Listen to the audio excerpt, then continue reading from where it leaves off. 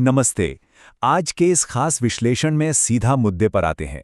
21 मई 2026 को मार्केट में जो जबरदस्त हलचल दिखी, वो कोई आम बात नहीं थी। हमारे सामने एक बहुत ही दिलचस्प स्थिति है। एक तरफ टेक्नोलॉजी और एआई का ऐसा ऐतिहासिक बूम है जो रुकने का नाम नहीं ले रहा, और दूसरी तरफ दुनिया भर में चल रहे भू राजनीतिक तनावों में अचानक से जो कमी आ रही है, उसने मार्केट की दिशा ही बदल दी है। ये दोनों मिलकर एक डबल इंजन की तरह काम कर रहे हैं। तो चलिए, बिना किसी देरी के इस पूरे गणित को गहराई से समझते हैं। आज हम मुख्य रूप से इन 4 अहम बातों पर नजर डालेंगे। शुरुआत करेंगे एनवीडिया के रिकॉर्ड तोड़ आंकड़ों से, फिर देखेंगे टेक जगत में आने वाले ट्रिलियन डॉलर आईपीओ। इसके बाद अमेरिका और ईरान के बीच कम होते तनाव पर बात करेंगे, और अंत में समझेंगे कि एक आम उपभोक्ता और मैक्रो इकोनॉमी के लिए इन सब का क्या मतलब है। तो सबसे पहले बात करते हैं एनवीडिया की। आपको तो पता ही है, आज के समय में एआई इंडस्ट्री किस दिशा में जा रही है, इसका सबसे बड़ा बैरोमीटर एनवीडिया ही बन चुका है। जरा इस नंबर पे गौर कीजिए, 81.6 बिलियन डॉलर्स। जी हाँ, ये एनवीडिया का सिर्फ एक तिमाही का रेवेन्यू है, और ये अपने आप में एक बहुत बड़ा रिकॉर्ड है। ये आंकड़ा इस बात का पक्का सबूत है कि पूरी दुनिया में एआई की डिमांड किस भारी पैमाने पर बढ़ रही है। और बात सिर्फ कमाई तक ही सीमित नहीं है। इस शानदार रेवेन्यू के साथ ही कंपनी ने 80 बिलियन डॉलर के शेयर बायबैक की भी घोषणा कर दी है। अब 80 बिलियन का बायबैक कोई छोटी मोटी बात नहीं है। ये मार्केट को एक बहुत ही स्पष्ट और दमदार सिग्नल देता है कि एनवीडिया का मैनेजमेंट पूरी तरह से आश्वस्त है कि एआई की ये डिमांड कोई बुलबुला नहीं है, बल्कि लंबे समय तक टिकने वाली है। अब आपके मन में ये सवाल आ सकता है कि एनवीडिया के पास इतना सारा पैसा आ कहां से रहा है। तो इसका जवाब इस ट्रेंड में छिपा है। अमेरिका की बड़ी टेक कंपनियां अपने एआई इंफ्रास्ट्रक्चर पर पानी की तरह पैसा बहा रही हैं। 2025 में ये खर्च करीब 400 बिलियन डॉलर था, जो 2026 में छलांग लगाकर 700 बिलियन डॉलर के पार जाने की उम्मीद है। ये सारी बड़ी कंपनियां अपने खुद के डेटा सेंटर्स बनाने और एआई चिप्स खरीदने में लगी हुई हैं। और इस अंडरलाइंग टेक बूम का एक बहुत बड़ा नतीजा हमें पब्लिक मार्केट्स में भी देखने को मिल रहा है, जहां कुछ ऐतिहासिक एंट्रीज होने वाली हैं। चलिए बात करते हैं टेक के ट्रिलियन डॉलर आईपीओ की। 1.75 ट्रिलियन डॉलर्स, ये स्पेसएक्स के हाल ही में फाइल किए गए आईपीओ का संभावित वैल्यूएशन है। अगर सब कुछ योजना के मुताबिक रहा तो ये अमेरिका के इतिहास का पहला ऐसा आईपीओ बन सकता है जो 1 ट्रिलियन डॉलर का आंकड़ा पार कर ले। यह सच में एक बहुत बड़ा गेम चेंजर साबित हो सकता है।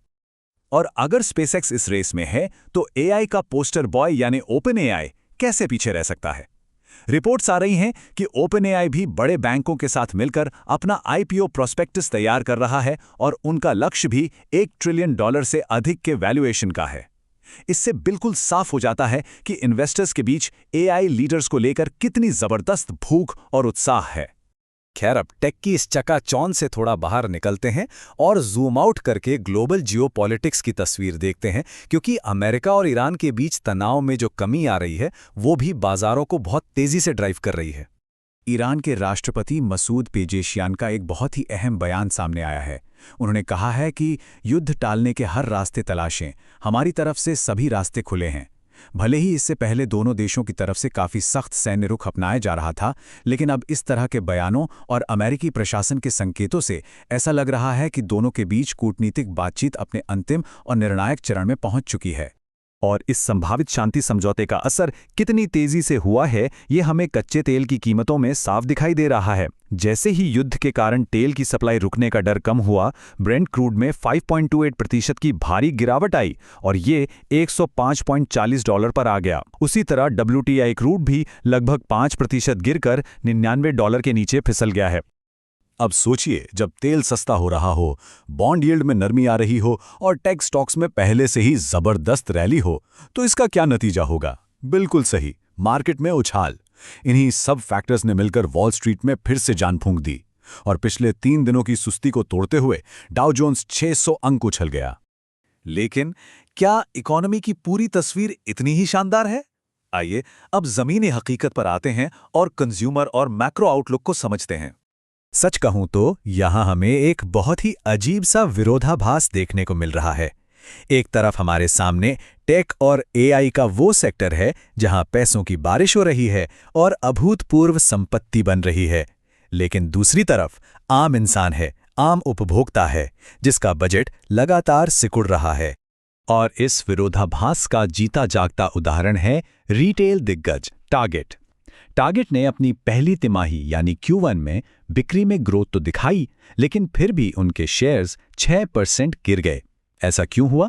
क्योंकि उनके CEO माइकल फिडेल्के ने आगे के माहौल को लेकर काफी सतर्कता जताई है। उनका साफ कहना है कि आर्थिक स्थिति चुनौतीपूर्ण है और लोग बहुत सोच समझकर पैसा खर्च कर रहे हैं। ये कंज्यूमर शिफ्ट बहुत साफ नजर आ रहा है। महंगाई और टैरिफ के दबाव के कारण कम आय वाले खरीदार अब TJX जैसे डिस्काउंट स्टोर्स की तरफ भाग रहे हैं, जिससे TJX के शेयर्स 6% ऊपर चढ़ गए हैं। और इसी बदलते आर्थिक माहौल के बीच कॉरपोरेट दुनिया भी खुद को एडजस्ट कर रही है। जैसे कि मेटा ने हाल ही में 8,000 नौकरियां कम की हैं और 7,000 रोल्स को AI डेवलपमेंट की तरफ ट्रांसफर कर दिया है। तो इन सब उतार चढ़ावों पर सेंट्रल बैंक यानी फेडरल रिजर्व का क्या सोचना है? हाल ही के फेड मिनट से ये बात खुलकर सामने आई है कि ईरान युद्ध और ग्लोबल सप्लाई चेन से जुड़ी महंगाई की चिंताएं अभी भी फेड के दिमाग में बनी हुई हैं। इसीलिए वो ब्याज दरों में संभावित बढ़ोतरी के लिए जमीन तैयार कर रहे हैं। मार्केट्स का मानना है कि इस साल दिसंबर में 25 बेसिस पॉइंट के रेट हाइक की 40% से ज्यादा संभावना है। मतलब अर्थव्यवस्था में पैसा उधार लेना अभी भी महंगा बना रह सकता है। तो आज के इस पूरे विश्लेषण के बाद जो सबसे बड़ा और सबसे अहम सवाल हमारे सामने खड़ा है वो ये है, क्या आर्टिफिशियल इंटेलिजेंस की ये विस्फोटक और ऐतिहासिक ग्रोथ इतनी ताकतवर है कि वो बढ़ती महंगाई, कंज्यूमर बजट के दबाव और ग्लोबल जियोपॉलिटिक्स जैसे भारी भरकम रिस्क को अकेले अपने दम पर पीछे छोड़ दे? क्या मार्केट का ये डबल इंजन इस संतुलन को कायम रख पाएगा? ये एक ऐसा सवाल है जिसका जवाब हमें आने वाले समय में बहुत सी चीजें साफ कर देगा। आज की इस चर्चा में हमारे साथ जुड़ने के लिए आपका बहुत बहुत धन्यवाद।